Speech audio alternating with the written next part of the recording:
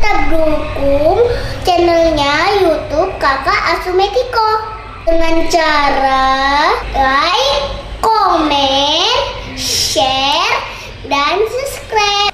Dadah. Terimalah salam dharma dari saya, Namo Sang Hyang Adi Budaya, Namo Buddhaya. Perkenalkan, nama saya Revita Jaya. Pada hari ini saya akan membagikan dharma dengan tema Sudahkah Anda membalas budi orang tua? Dalam pandangan Buddhis, jauh sebelum masa sekarang ini, Sang Buddha sudah mengajarkan kewajiban anak terhadap orang tuanya. Coba bayangin dari kita masih dalam kandungan, bayi, anak-anak, hingga kita sebesar ini, orang tua telah berjasa sangat besar bagi kita. Mereka telah merawat kita dengan baik, memberikan pendidikan, memenuhi kebutuhan kita sehari-hari, sehingga kita bisa sampai sebesar ini dan bisa mencari uang sendiri dan tidak bergantung terhadap mereka lagi. Maka dari itu, kita sebagai anak mempunyai kewajiban yang harus kita taati kepada orang tua. Kewajiban-kewajiban tersebut yaitu 1. Merawat orang tua. Ketika orang tua kita sakit atau sudah jompo, kita sebagai anak harus menjalankan kewajiban kita dengan selalu sabar melayani dan merawat orang tua kita dengan penuh cinta kasih seperti mereka merawat kita ketika kita kecil dulu. Ketika kita masih dalam kandungan, seorang ibu selalu berusaha hati-hati agar kandungannya tidak mengalami celaka atau kelahiran yang tidak normal.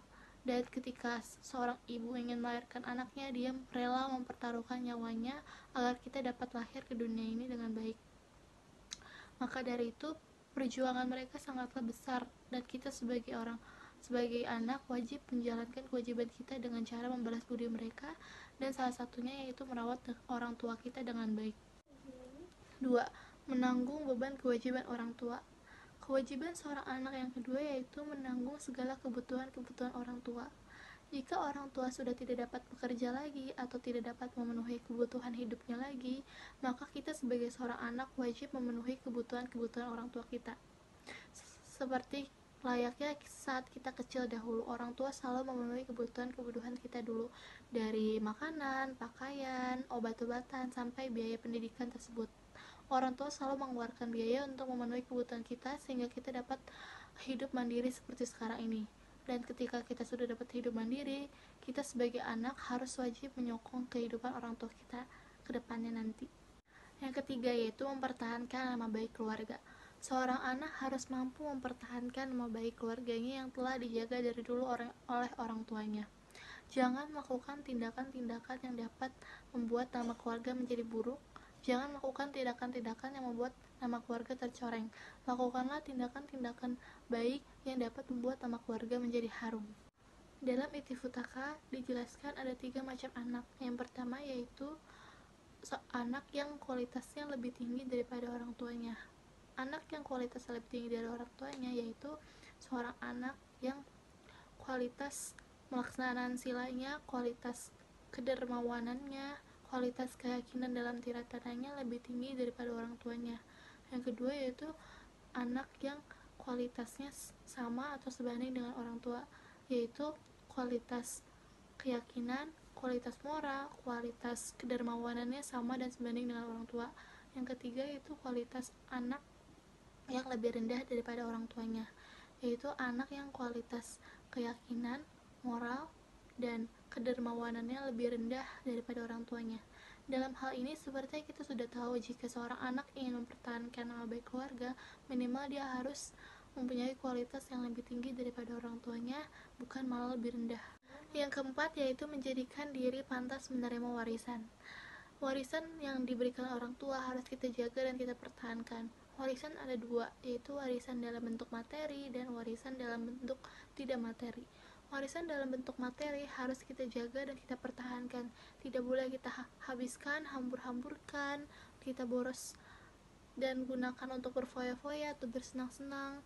Tidak boleh seperti itu. Dan kita juga sebagai seorang anak harus mampu memperbanyak warisan yang telah diberikan oleh orang tua dan bukan malah menghabiskannya. Warisan dalam bentuk non materi juga harus kita jaga dan kita pertahankan.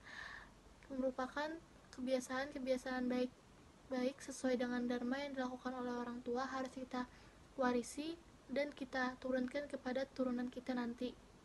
seperti ajaran atau pandangan benar berupa dharma yang harus kita wariskan dan selalu berpedoman dengan dalam dharma seterusnya nanti. Yang kelima yaitu melakukan pelimpahan jasa kepada orang tua yang telah tiada.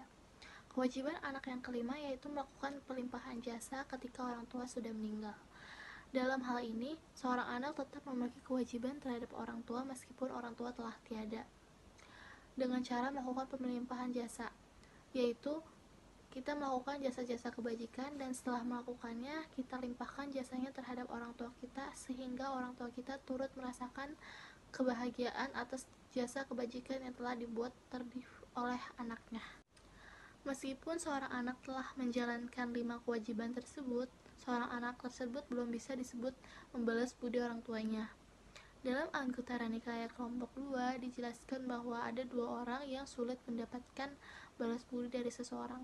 Siapakah 2 orang tersebut? 2 orang tersebut yaitu ayah dan ibu.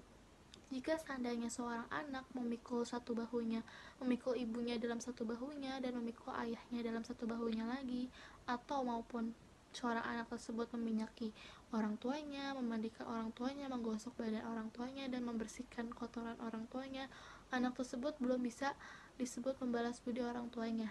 Atau bahkan meskipun seorang anak telah mengangkat orang tuanya menjadi seorang raja atau bahkan penguasa besar di bumi ini, itu juga belum bisa dibilang kita sebagai anak sudah membalas budi orang tuanya. Mengapa demikian?